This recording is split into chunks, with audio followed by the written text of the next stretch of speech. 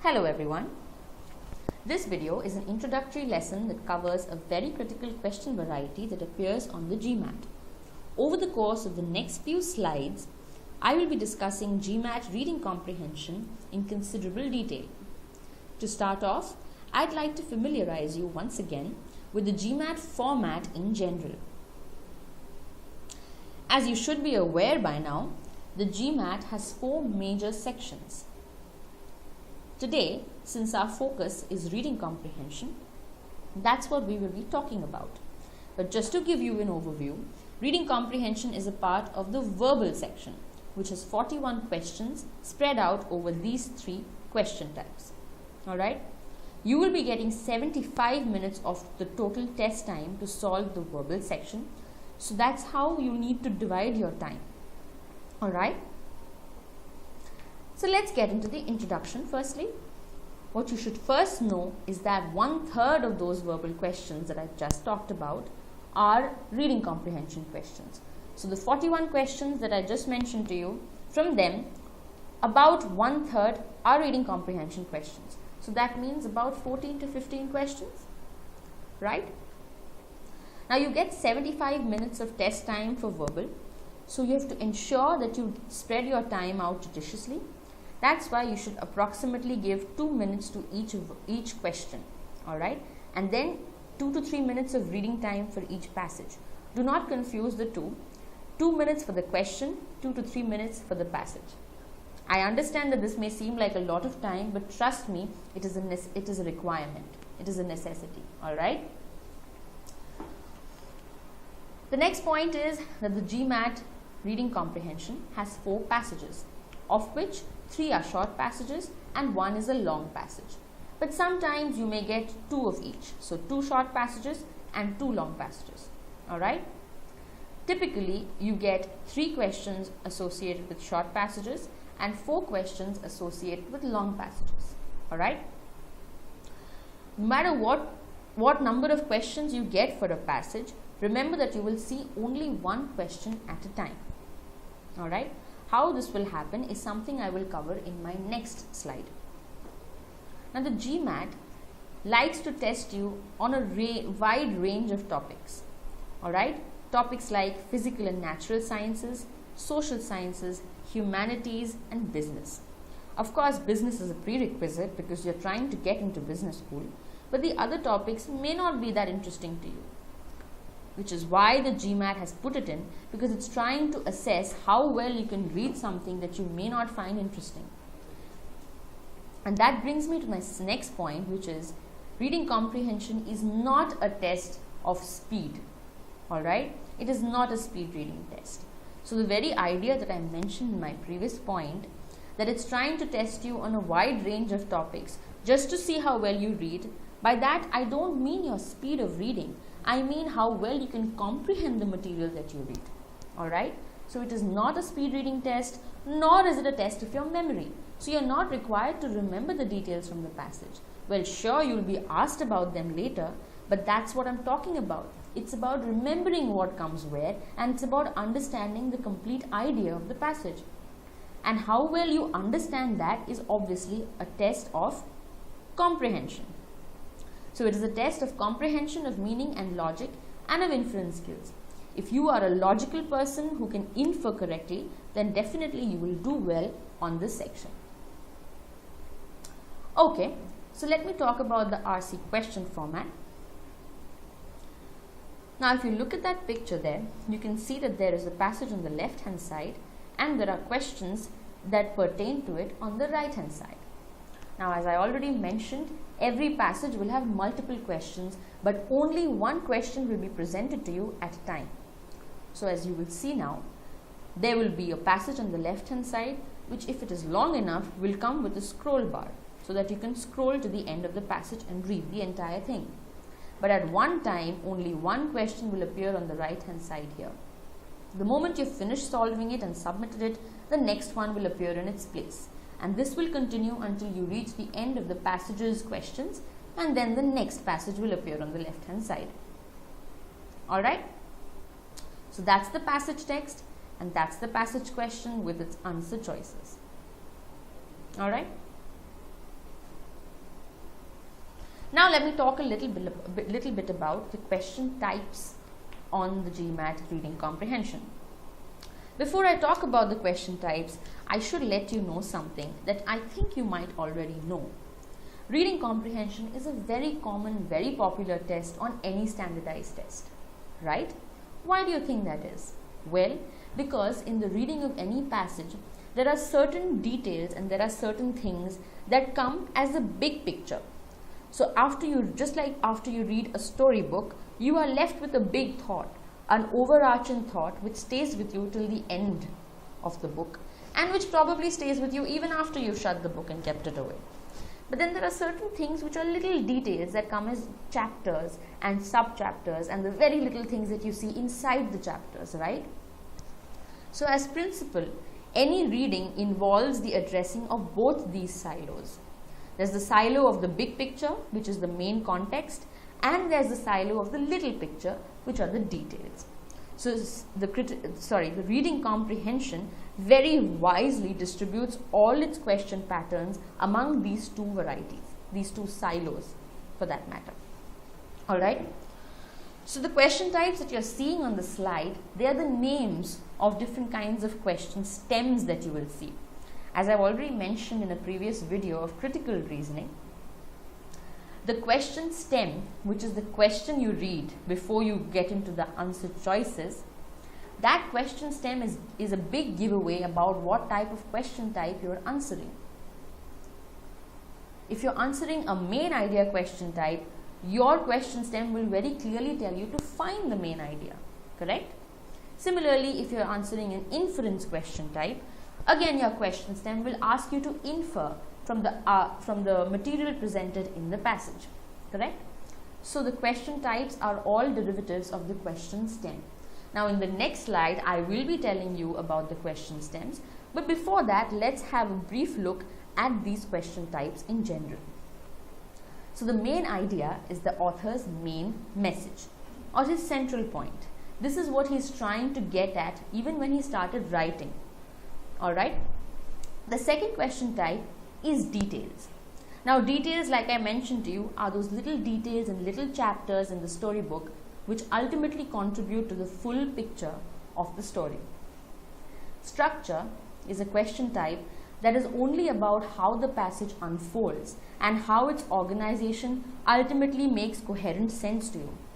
Obviously, this is something that is a division. The entire passage is divided into paragraphs, right? And those paragraphs each contribute to the passage in a meaningful way. So the question with structure are all about that organization. The next question type is inference, which I mentioned to you a little bit earlier, is all about your ability to use passage information to make a logical conclusion. The fifth one is extrapolation, which might sound a little difficult to understand, but in most simpler words, this is nothing but an out-of-the-box question variety. I don't know if you've heard of out-of-the-box. This just means that you will be given a point from the passage and you will be given a hypothetical point outside the passage, and your job will be to find a relationship between the point inside the passage and the point outside. If you are able to do it effectively, you'll find your answer to this question type. The last one, and perhaps the most easily detectable from the question stem, but equally hard to do, is the passage tone. Now this is something that you will inwardly develop over time as you keep practicing RC questions. Passage tone is your ability to determine how the author feels about something mentioned in the passage. Alright, so as promised, let me tell you a little bit about the question stems. In fact, I will tell you what question stem exactly correlates with each question type. Right? So the first one is, what is the primary message the author is trying to convey? Very clearly, this has to be the main idea question type, right? Because it's asking you about the author's main message or his primary concept. What is he getting at? The next question stem is, a third paragraph of the passage plays which of the following roles? Now, I had already mentioned to you right before this that the structure-based question is all about how the paragraphs have been organized. And this question even has the word paragraph in it. So as you can see, this question is asking you very specifically to describe what the role is of a certain part of the passage. So if it is a third paragraph, why has it been written the way it has been written, and what is it doing in the context of the entire passage. Alright, that's the structure based question. Next one, according to the passage, why has ECT been viewed negatively by the public? Now don't worry about ECT, because of course we're not solving the question, but if you look at this question stem, according to the passage has been used in the beginning. And as you will see, with the detailed question type, a lot of your questions will start with according to the passage, because these are question varieties that are asking you to base your understanding on something very specific in the passage. And that is why you can see ECT in the question stem, because ECT is something very specific of whichever passage I have taken this question stem from, right? So that is why even in the detailed question stems, you will find a lot of information from the passage in it, right? The next one, the author mentions amnesia as a possible side effect of depression in order to... Now again you see something very specific from the passage has been mentioned here, amnesia. But this is not a detailed question. What do you think it is? Look at the wording. It says, author mentions something as something in order to do something. So what do you think that could be? Well, for starters, it will definitely be something about the purpose of the author, because the language says the author mentions it to do something. He has a reason he's written it. He has a purpose behind writing it. So this question type is purpose. Alright. Now obviously detail and purpose both come under structure based, as I've already mentioned to you in the previous slide. Alright, let's look at this one. Very simple, right? It says it can be inferred from the passage that the word inferred has already been used. So you know that it is an inference question type. Now within brackets, I've written conclusion within passage to show you that your conclusion will not have anything to do with anything outside the passage, which will be the case for our next question stem, which is extrapolation. Alright, I'll get to extrapolation, but before that, for inference, all you must remember that even though your inference is your own, the basis of that inference should never come from outside the passage. The next one is extrapolation. In this, the context definitely lies outside the passage. Alright, read the question stem and you will understand. Which of the following characteristics of a country is most clearly an example of a factor that, as described in the passage, was not considered in the cited study? Well, that's a very long question stem. Let's break it down a little bit. What is it asking you to find? It's asking you about characteristics which are most clearly an example of something that has been described in the passage. So do you see the parallel concept that is being created here? Do you see it? Well, think about it this way. Something has been described in the passage, something about a study perhaps, and you've been asked to identify a characteristic in a country that is an example of that factor. Alright, so obviously that example will be completely different from the passage, but still parallel.